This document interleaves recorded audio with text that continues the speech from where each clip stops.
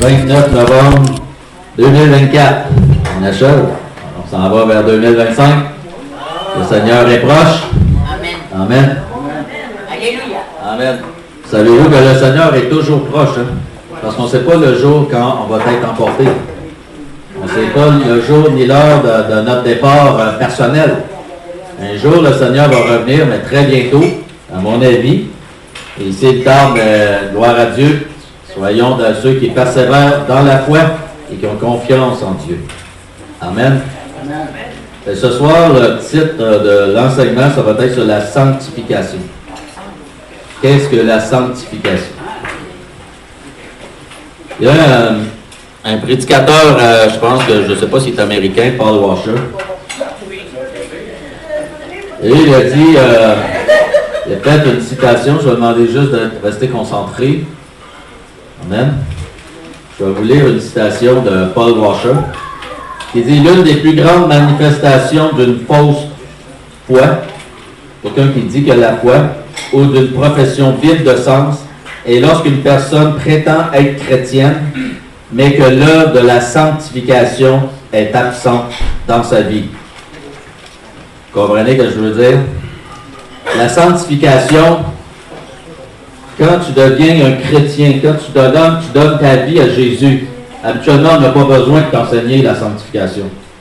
Parce qu'elle devrait se mettre en pratique automatiquement dans ta vie parce que tu as reçu le Saint-Esprit. Et parce que tu as reçu le Saint-Esprit de gloire, l'Esprit de Dieu, ça t'amène automatiquement à marcher dans une vie de mise à part pour Dieu. Sanctification, ça veut juste dire que tu es séparé de ce monde et tu es concentré sur la personne de Jésus. Je vais y revenir un peu plus loin. Et en réalité, qu'est-ce qu'il faut comprendre? Jésus a ramené deux commandements.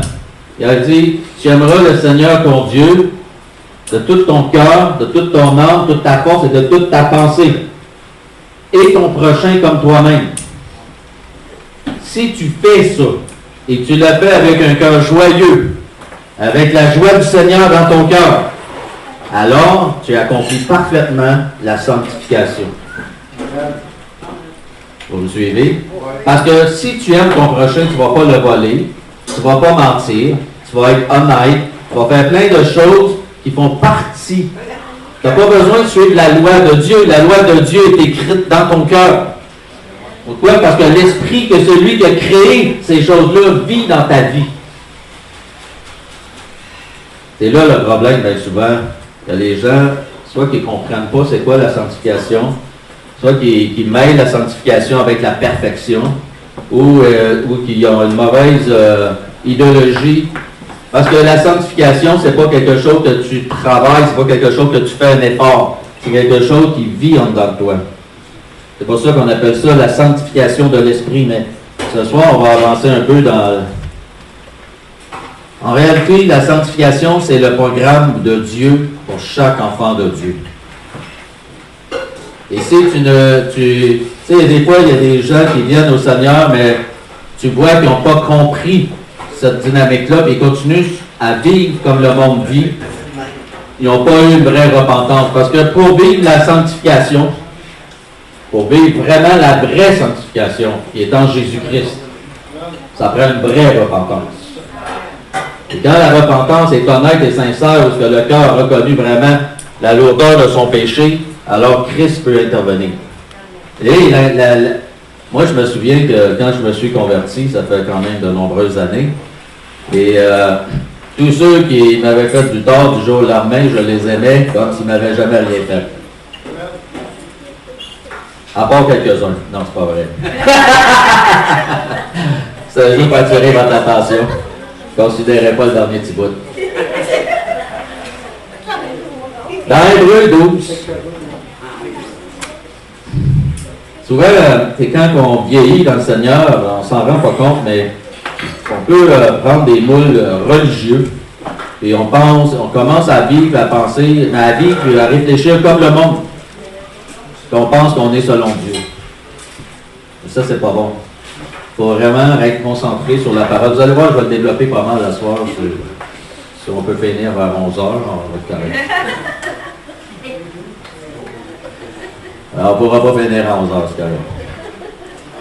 Ben, dans Hébreux 12, verset 14, ça dit « Recherchez la paix avec tous, avec tout le monde. » Ne faites pas de sélection. Et la sanctification, sans laquelle personne ne verra le Seigneur. Si vous ne voyez pas le Seigneur, il va être partout. Dans le ciel, en tout cas. Ça veut dire que si vous ne voyez pas le Seigneur, il y a des chances que vous ne soyez pas là. C'est terrible comme nouvelle, là, mais c'est la réalité. Ça dit que c'est lui qui va l'éclairer, la ville. Sans la sanctification, personne ne verra le Seigneur. On va expliquer, on va prendre notre temps pour l'expliquer comme il faut. Et dans Parole vivante, la traduction Parole vivante, écoutez bien comment ça dit. Cherchez à vivre en paix avec tous, avec tout le monde. Efforcez-vous de progresser dans une vie sainte.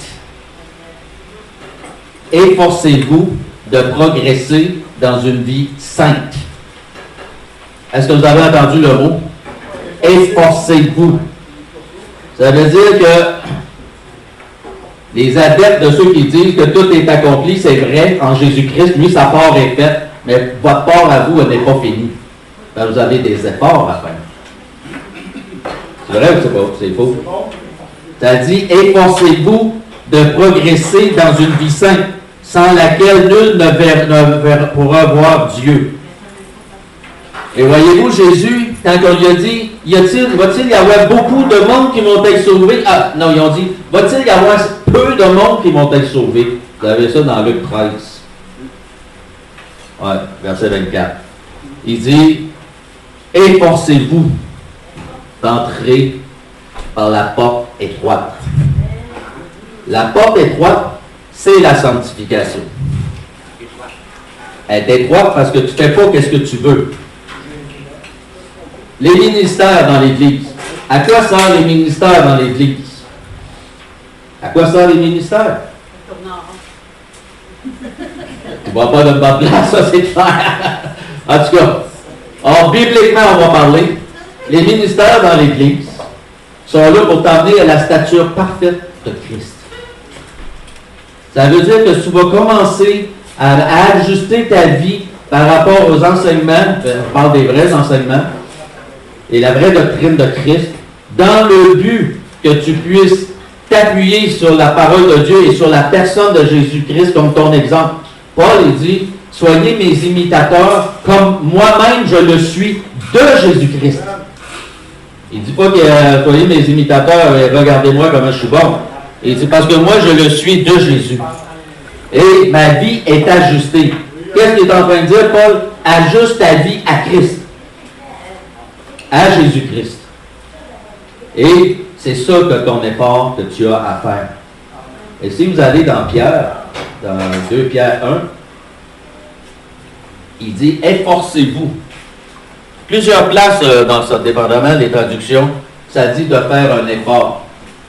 Et de vraiment se concentrer. Pierre, il parle d'avoir les vertus, avoir la connaissance, avoir la tempérance, avoir le contrôle de soi, la maîtrise de soi. Il parle de ces choses-là dans le but que tu puisses ressembler à la personne de Jésus-Christ.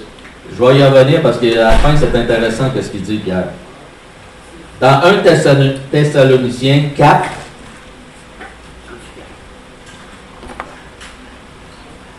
« 1 Thessaloniciens 4. Alléluia.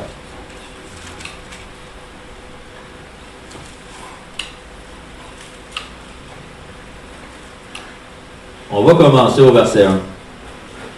C'est-à-dire, au reste, frères, puisque vous avez appris de nous comment vous devez vous conduire et plaire à Dieu, et c'est là ce que vous faites, nous vous prions et nous vous conjurons au nom du Seigneur Jésus de marcher à cet égard de progrès en progrès.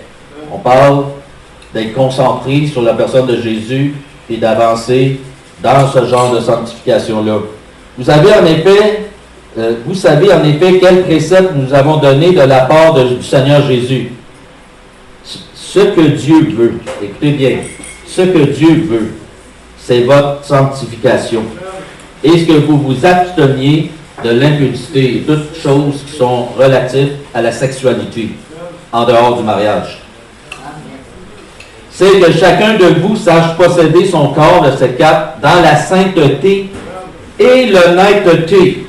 Et l'honnêteté, excusez, ça couvre toutes les dimensions de votre vie en tant que personne, caractère, manière de se comporter, de la manière d'agir et de la manière de faire des affaires aussi.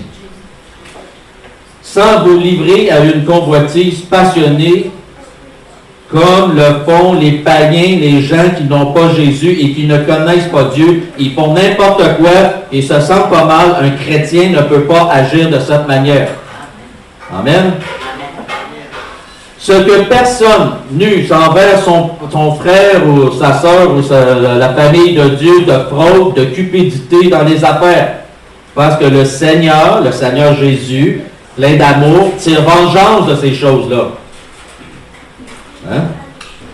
On ne pense pas des fois que, comme nous vous l'avons déjà dit et attesté, voyez bien, verset 7, écoutez bien, car Dieu ne nous a pas appelés à l'impureté, mais à la sanctification.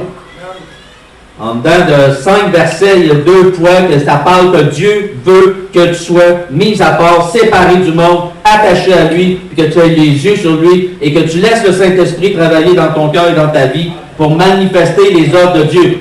Souvent, il y a du monde qui cherche les œuvres de Dieu, ils font des œuvres. La première œuvre que Dieu veut faire dans ta vie, c'est changer ton cœur et ta manière de voir les choses et d'honorer et de respecter les gens autour de toi. Ça, c'est le premier travail du Saint-Esprit. Et si ce travail-là, il n'est même pas, justement, il y a un jeune chrétien qui me parlait dernièrement, puis il me parlait qu'il a été changé, et quand il parlait, il sacrait tout le temps. Mais le Saint-Esprit lui a montré que ça, c'est pas bien. C'est vraiment pas bien. Pourquoi? Parce qu'il n'en a pas Dieu, et il ne rend pas le témoignage de Dieu envers les hommes qui sont autour de lui, parce qu'il parle comme un païen. Il m'expliquait comment il avait corrigé ça avec l'aide de Dieu. Notre langue, hein, elle est un gros problème souvent, on s'en rend pas trop compte.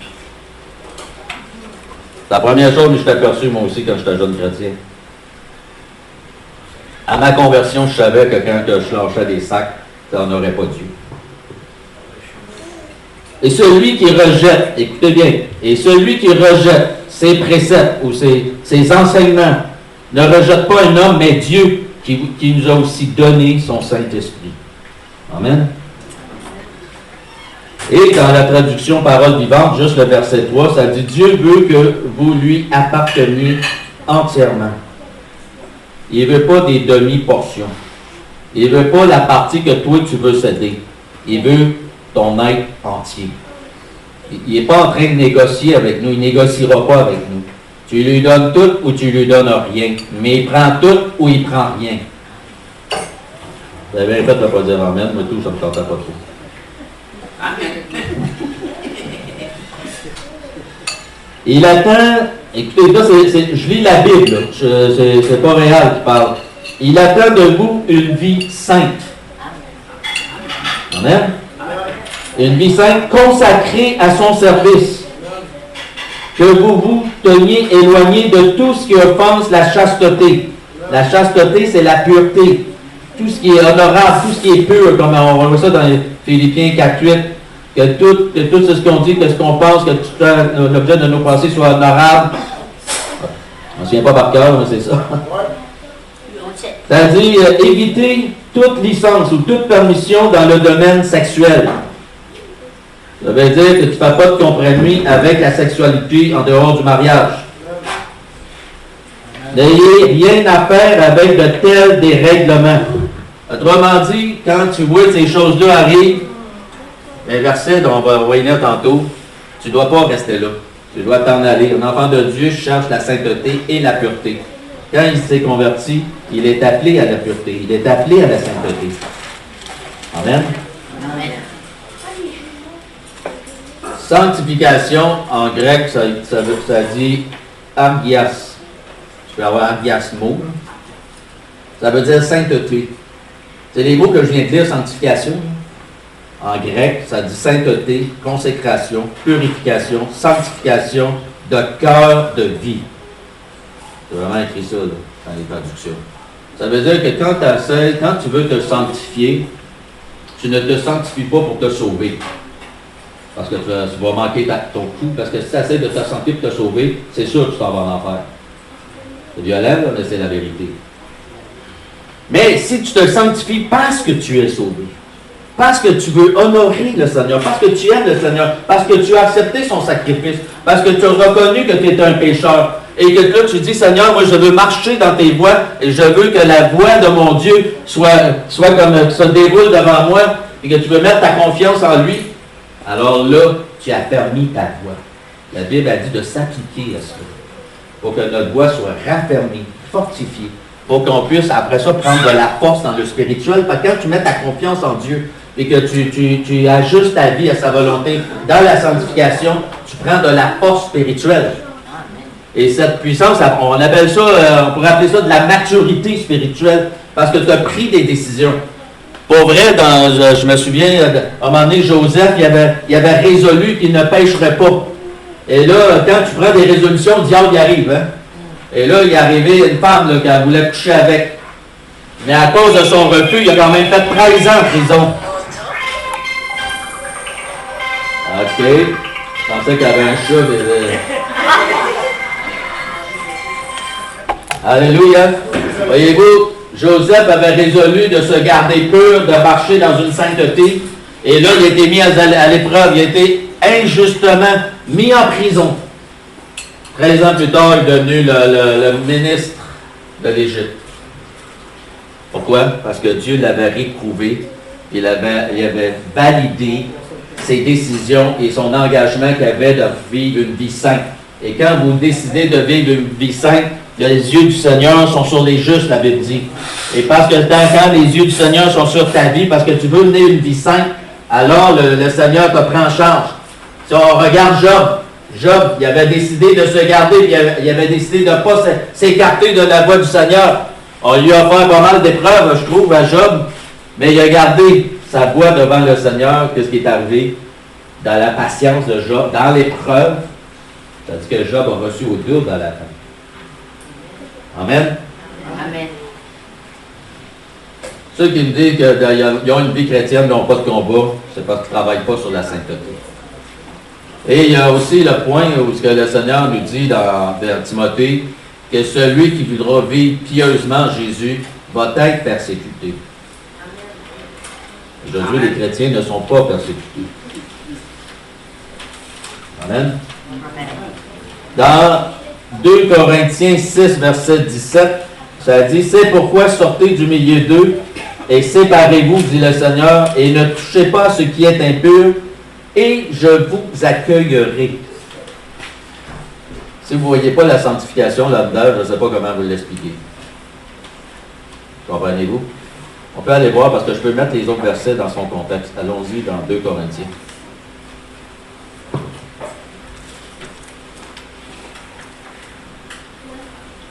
Alléluia.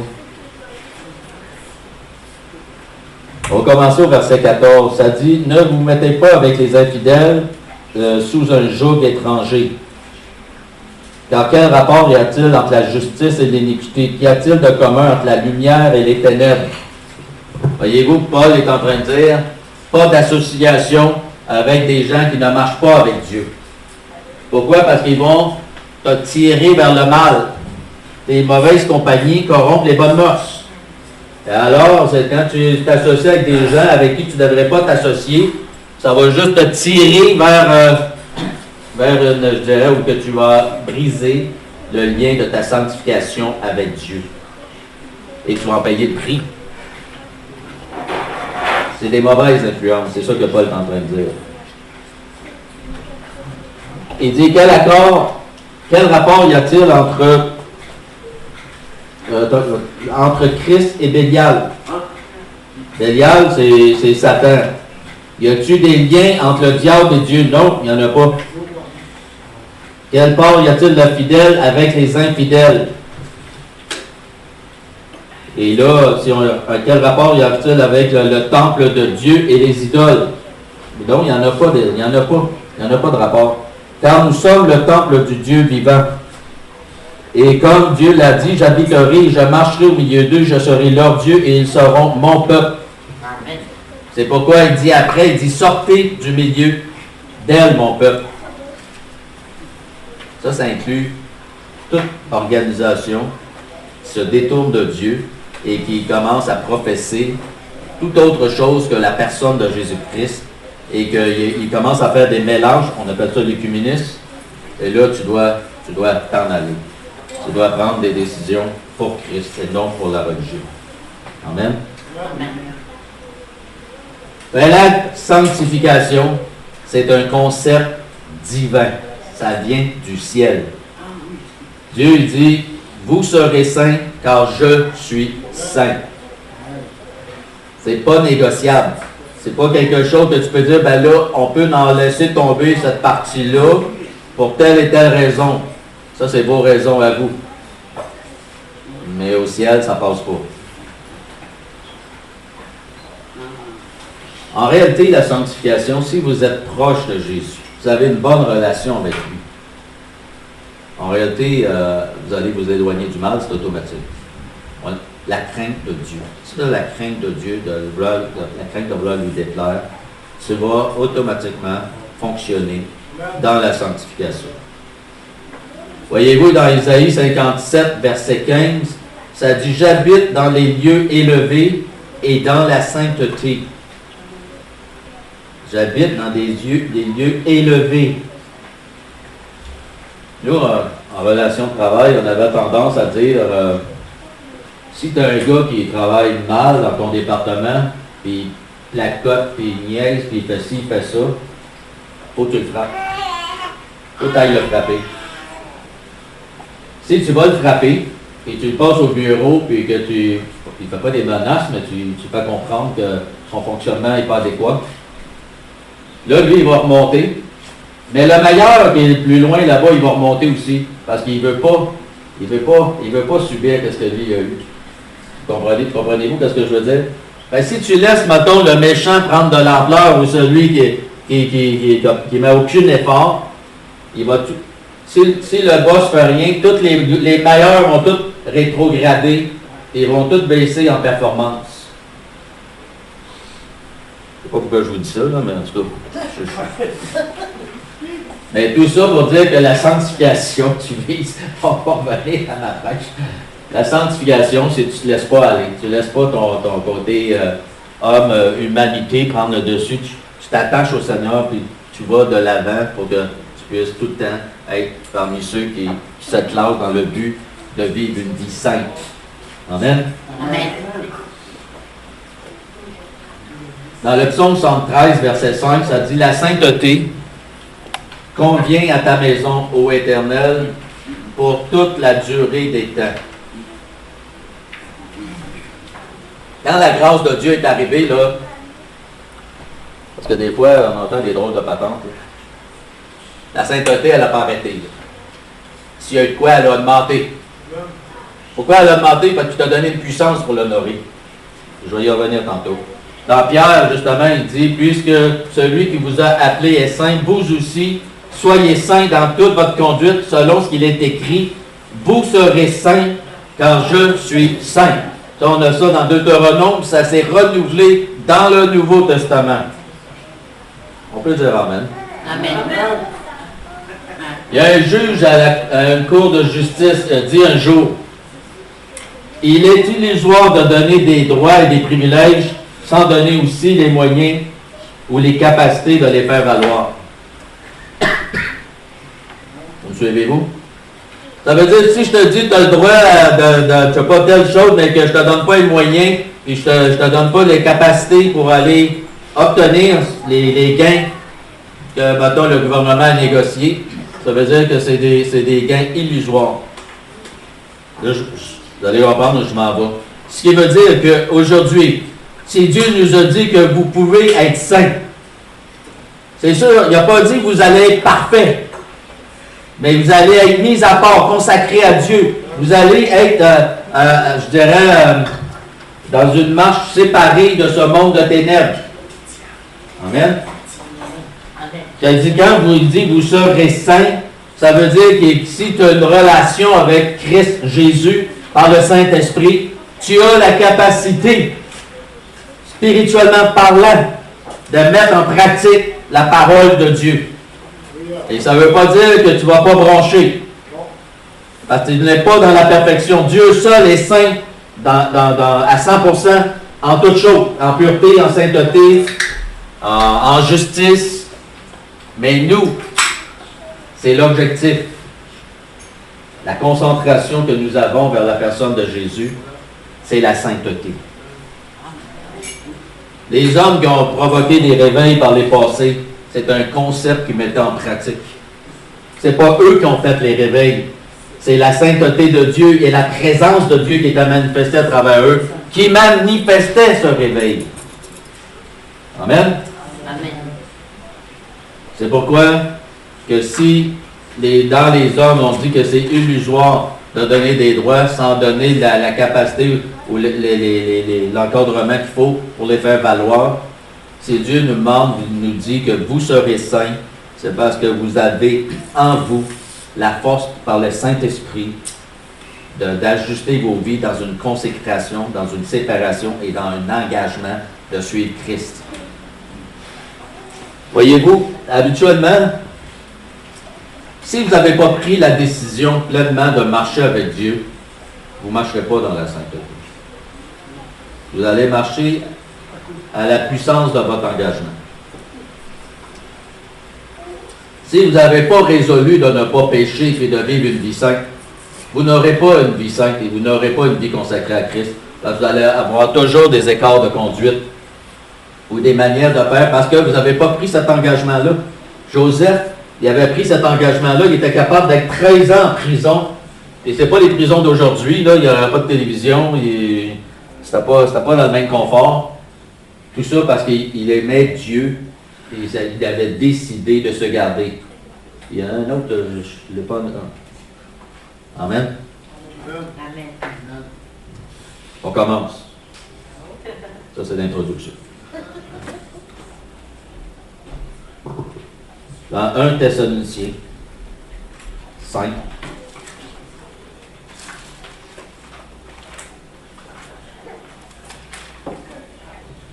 « 1 Thessaloniciens 5, 23.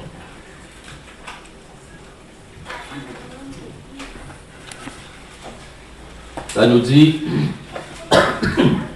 que le Dieu de paix vous sanctifie lui-même tout entier et que tout votre être, l'esprit, l'âme, le corps, soit conservé. Je vais attirer votre attention sur le mot « soit conservé ». Soit conservé irrépréhensible lors de l'avènement de notre Seigneur Jésus-Christ. Écoutez bien, celui qui vous a appelé est fidèle, et c'est lui qui le fera. Amen. C'est celui qui vous a appelé est fidèle. Et quand il dit c'est lui qui le fera, il faut juste qu'on comprenne une affaire. Quand vous êtes converti à Christ, vous avez donné votre vie à Jésus, vous avez été sanctifié de la tête aux pieds. Votre sanctification était parfaite.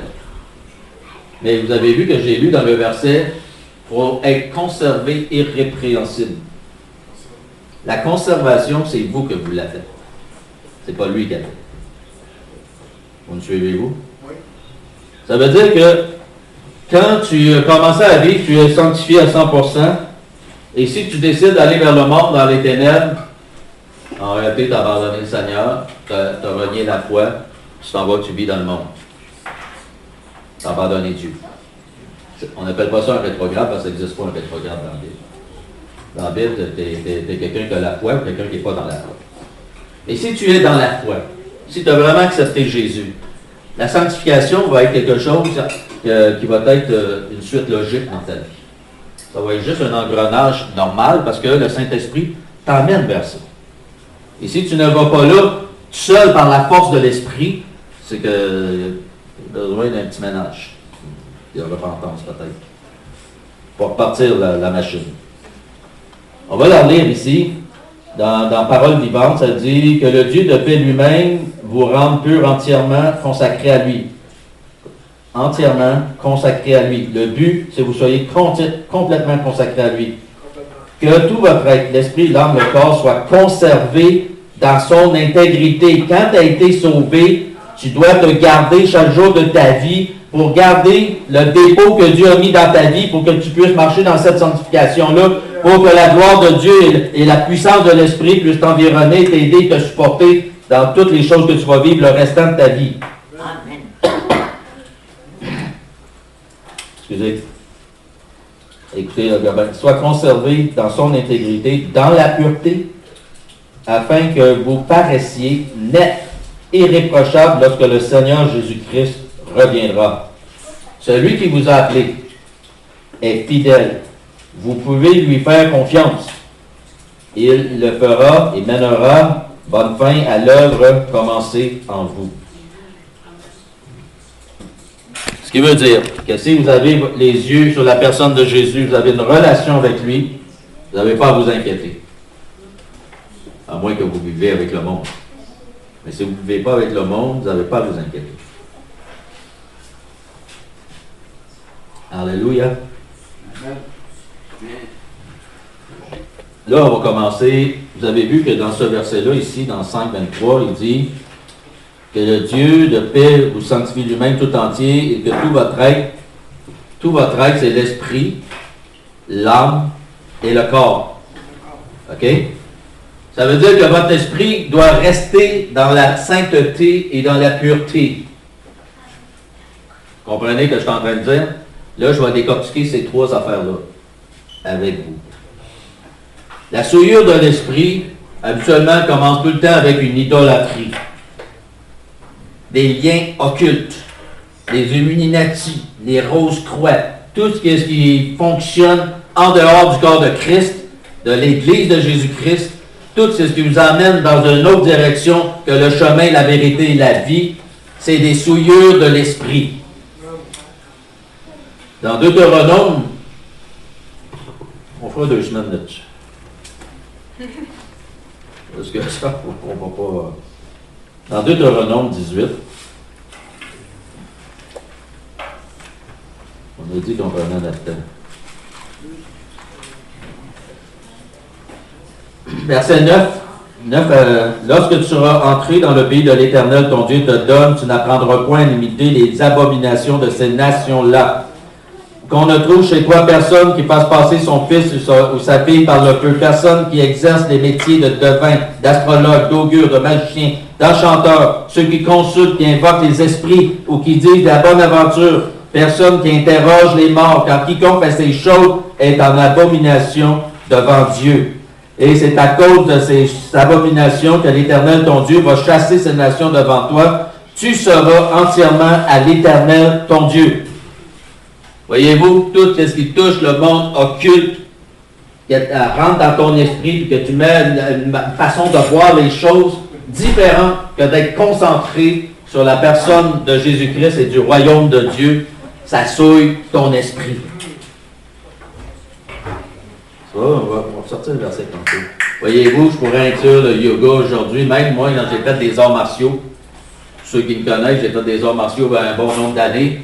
Et quand j'embarquais sur le chose, je partais en transe, puis je gagnais mon combat, je ne l'avais même pas vu. Je n'avais même pas vu mon combat, la seule chose que j'avais, c'est le bras en l'air, puis j'étais comme... Et quand je me suis converti, j'ai eu des bons combats avec ça. Amen. On va aller dans le titre. Est-ce que tout le monde suit? Ça va bien? Oui. Dans le titre 1,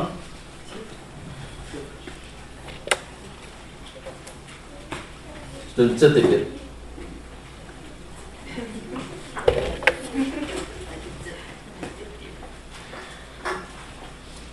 Là, on va commencer au verset 12. L'un d'entre eux, leur propre prophète, a dit « Crétois, toujours menteur, méchant bête, vente paresseux. » Ce témoignage est vrai. Pourquoi? C'est pourquoi reprends-les sévèrement, afin qu'ils aient une foi saine. Et qu'il ne s'attache pas à des fables judaïques ou à des commandements d'hommes qui se détournent de la vérité. Vous avez tout compris? Crétois, menteurs, ventes paresseux. C'était des philosophes dans le temps. Des philosophes qui avaient sorti des patterns sur des Crétois. Mais tout ça pour dire que Paul, il dit, reprends-les sévèrement. Voyez-vous, Paul, il dit de les reprendre sévèrement pour qu'il y ait une foi saine. Pourquoi il fallait qu'il les reprenne sévèrement?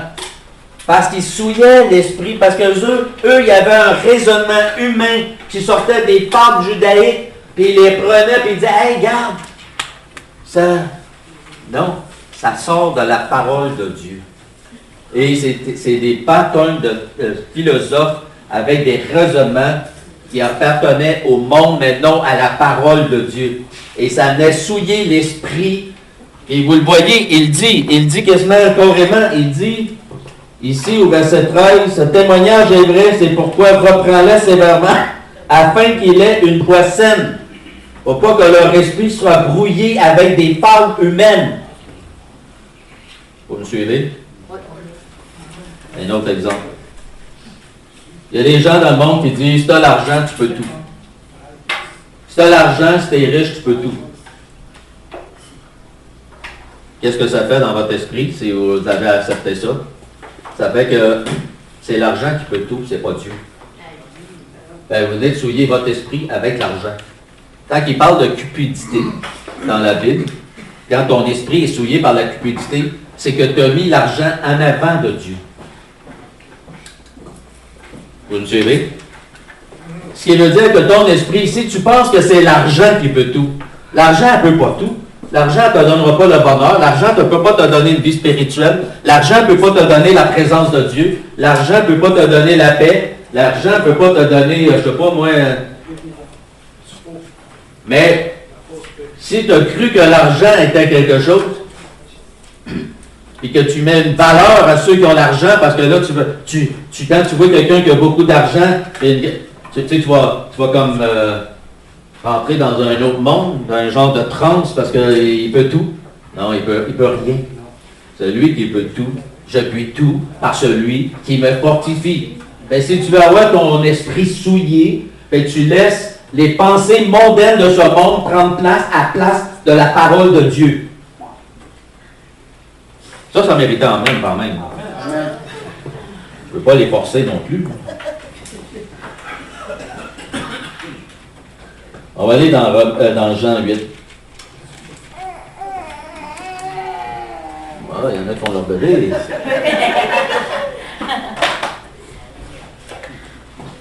Comme Jésus parlait, verset 30, 8-30, plusieurs crurent en lui. Il dit aux Juifs qui avaient cru en lui, si vous demeurez dans ma parole, vous êtes vraiment mes disciples, pas souillés dans votre esprit. Vous connaîtrez la vérité et la vérité va vous affranchir. Ouais, voyez-vous, pour souiller l'esprit, ça prend juste des fois des raisonnements humains qui prennent le devant sur la parole de Dieu.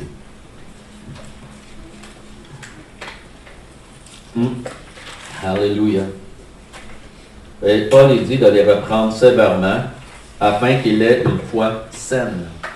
Ça veut dire qu'il aurait souillé la pureté de la foi dans l'évangile de Jésus-Christ par rapport à des patterns de philosophes qui étaient dans des patterns, des fables juives qui dit dans le texte, et que tu ajustes ça à ta vie chrétienne comme si c'était une vérité. Et Paul il dit, hein, il dit, ce proverbe est vrai. Il dit pas c'est faux, mais reprends-la sévèrement. Parce que même si c'est vrai dans ce monde, c'est pas vrai dans le corps de Christ, mais c'est pas vrai pour l'Église, puis c'est pas vrai pour les vrais enfants de Dieu. Amen. Amen. C'est vrai de ça. En réalité, souvent, qu'est-ce qui peut souiller l'esprit, c'est ceux qui s'en remettent aux choses matérielles comme si c'était une valeur.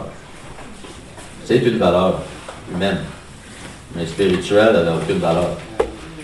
La vraie valeur est en Christ. En réalité, qu'est-ce qui peut souiller l'esprit? C'est quand vous commencez à croire un mensonge au lieu d'une vérité.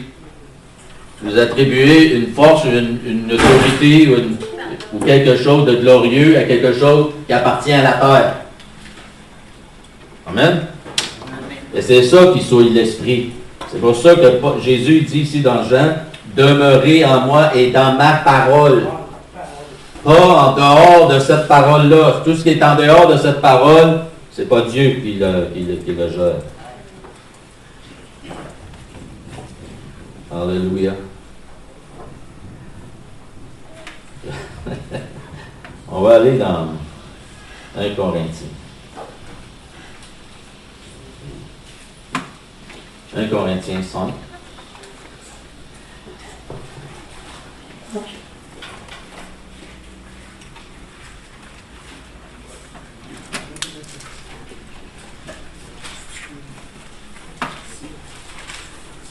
Corinthiens 5. On va commencer au verset 9. Je vous écris dans ma lettre de ne pas avoir de relation avec les impudiques, pas d'une manière absolue, avec les impudiques de ce monde, ou avec les cupides, ou les ravisseurs, ou avec les idolâtres. Autrement, il faudrait sortir du monde complètement. Là, on appelle ça les Yamish ou d'autres choses. Mais Dieu ne nous manque pas ça. Maintenant, ce que je vous écris, c'est de ne pas avoir de relation avec quelqu'un qui se nomme en frère, qui est impudique, cupide, idolâtre, outrageux, ivrogne, ravisseur. Il dit de ne même pas manger avec un tel homme. Qu'ai-je en effet à juger ceux du dehors? N'est-ce pas ceux du dedans que vous avez à juger? On sait, dans le milieu chrétien, on dit qu'on n'a pas le droit de juger. On a le droit de juger, justement, avec la justice de Dieu, avec la parole de Dieu. Pour ceux du dehors, Dieu les juge. C'est-à-dire, ôtez le méchant qui est au milieu de vous. Il y a un contexte là. Mais tout ça pour dire que si tu marches dans une sanctification, si tu es quelqu'un qui veut marcher dans la sainteté et la pureté de Dieu, il y a des gens avec qui tu dois te séparer. Il y a des gens que tu dois enlever dans ta vie parce qu'ils amènent la souillure dans ton âme et dans ton esprit, même peut-être dans ton corps. Et là, tu dois te séparer de ces gens-là pour pouvoir te garder pur pour le Seigneur. Tu es comme dans une prison comme Joseph, dans ta résolution, mais mieux vaut être en prison avec Joseph que d'être lousse dehors pour vivre des moments difficiles à un certain temps. De toute façon, vous n'aurez pas la bénédiction de Dieu si vous ne le faites pas. Amen. Je pense que je vais arrêter là. Et je vais juste faire une conclusion. On va continuer la semaine prochaine parce que j'ai 2 autres points. Et on va faire ça pour la semaine prochaine. Dans Hébreux 13, verset 8, ça dit que Jésus-Christ est le même hier, aujourd'hui et éternellement. Amen. Dieu, dans l'Ancien Testament, demandait la sainteté au peuple. Et il disait, vous allez être un royaume de sacrificateurs.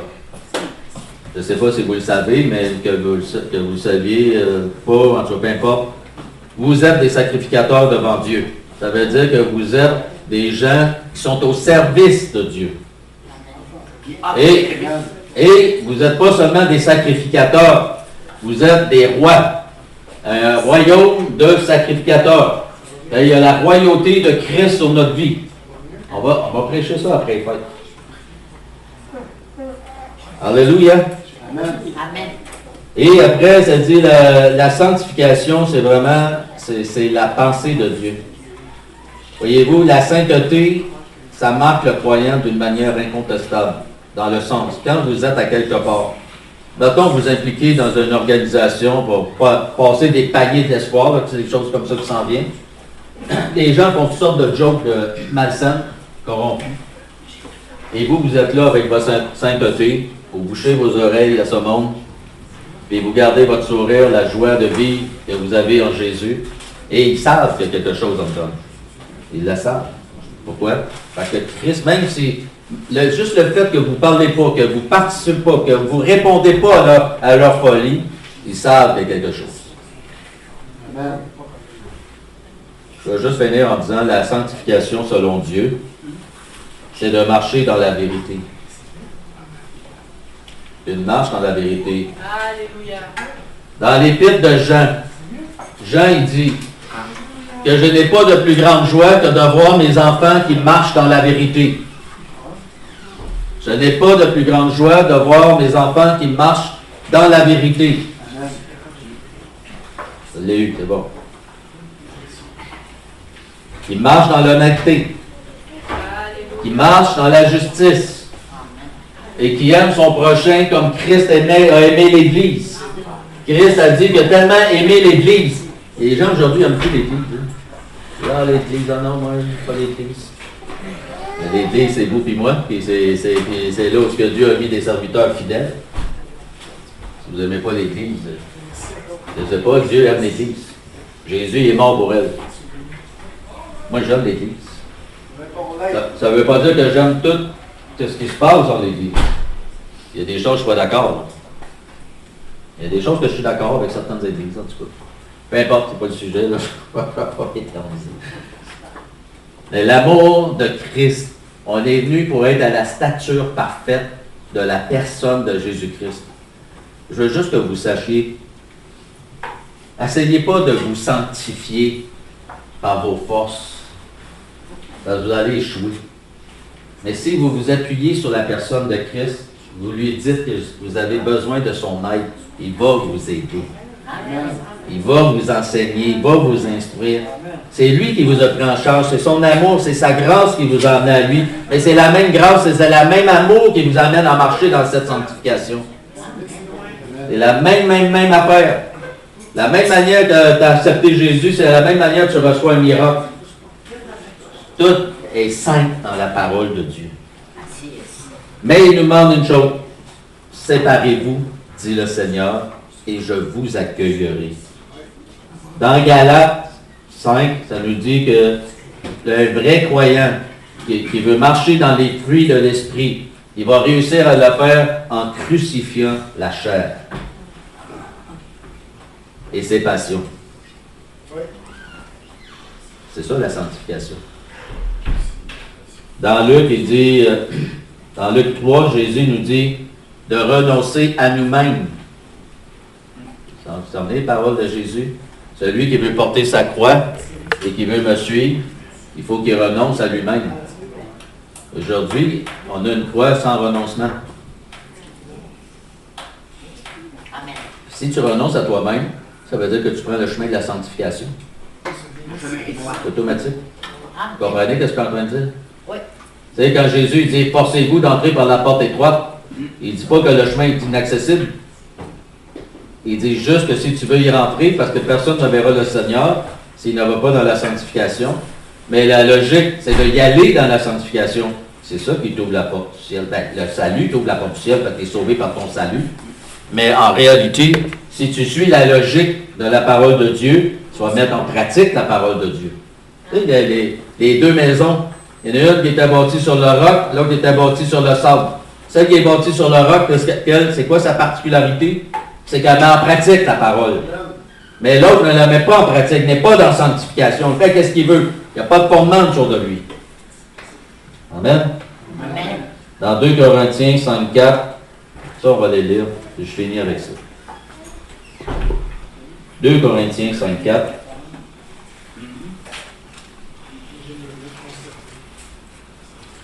Ça, c'est la chose la plus importante, je dirais, pour chaque enfant de Dieu. On va même commencer au verset 1. Ça dit, nous savons en effet que si cette tente où nous habitons sur la terre est détruite, c'est-à-dire notre corps en meurt, nous avons dans le ciel un édifice. Je trouve ça pas pire parce que le Seigneur dit, supposons quelqu'un qui est riche ici, qui a un gros bâtiment de quoi de glorieux, mais qui suit vraiment le Seigneur. Ça dit que le Seigneur compare sa vie terrestre avec ses avoirs à une tente. Une tente, c'est quand même quand tu fais du camping, même moi, j'aime bien avec ma femme avec une tente pour la prendre aux lottes. En tout cas, nous avons dans le ciel un édifice qui est l'ouvrage de Dieu. C'est pas fait par les mains des hommes. C'est quand même, on passe à un autre niveau, non? Une demeure éternelle qui n'a pas été faite de main d'homme. Aussi, nous gémissons dans cette tente. Pourquoi qu'on gémit? Parce qu'on ne vit pas en harmonie avec le monde. On se sanctifie. C'est sûr que le monde, on n'est pas en harmonie. Désirant, c'est ça. Gémissant dans cette tente, désirant revêtir notre domicile céleste. Si du moins nous sommes trouvés vêtus et non pas nus, ça veut dire recouverts de la grâce de Dieu. Car tandis que nous sommes dans cette tente, nous gémissons accablés parce que nous voulons pas, parce que nous voulons, non pas nous dépouiller, mais nous revêtir, afin que ce qui est mortel en nous soit englouti par la vie. Amen. Ce qui veut dire que si tu recherches ta relation, tu aimes la parole de Dieu, tu lis la parole de Dieu, le Seigneur va te revêtir de sa grâce, des révélations de sa parole. Et le Saint-Esprit va te donner cette force que tu as besoin. Père, on veut te remercier pour ce temps qu'on a passé ensemble. Merci pour ta parole. Merci pour les grâces que tu nous accordes en Jésus-Christ et que la vie que tu nous donnes en Jésus-Christ et que, Seigneur, tu ouvres nos yeux spirituels afin qu'on puisse vraiment comprendre, Seigneur, ta volonté, la discerner et surtout, Seigneur, être dans une programmation spirituelle, je dirais, de notre âme et de notre esprit pour vouloir garder nos cœurs plus que toute autre chose. Souvenez-vous, dans Proverbe 4, ça dit « Garde ton cœur plus que toute autre chose, car de lui viennent les sources de la vie. » Amen. Amen. Amen. Dieu vous bénisse. À Dieu à la gloire. Amen.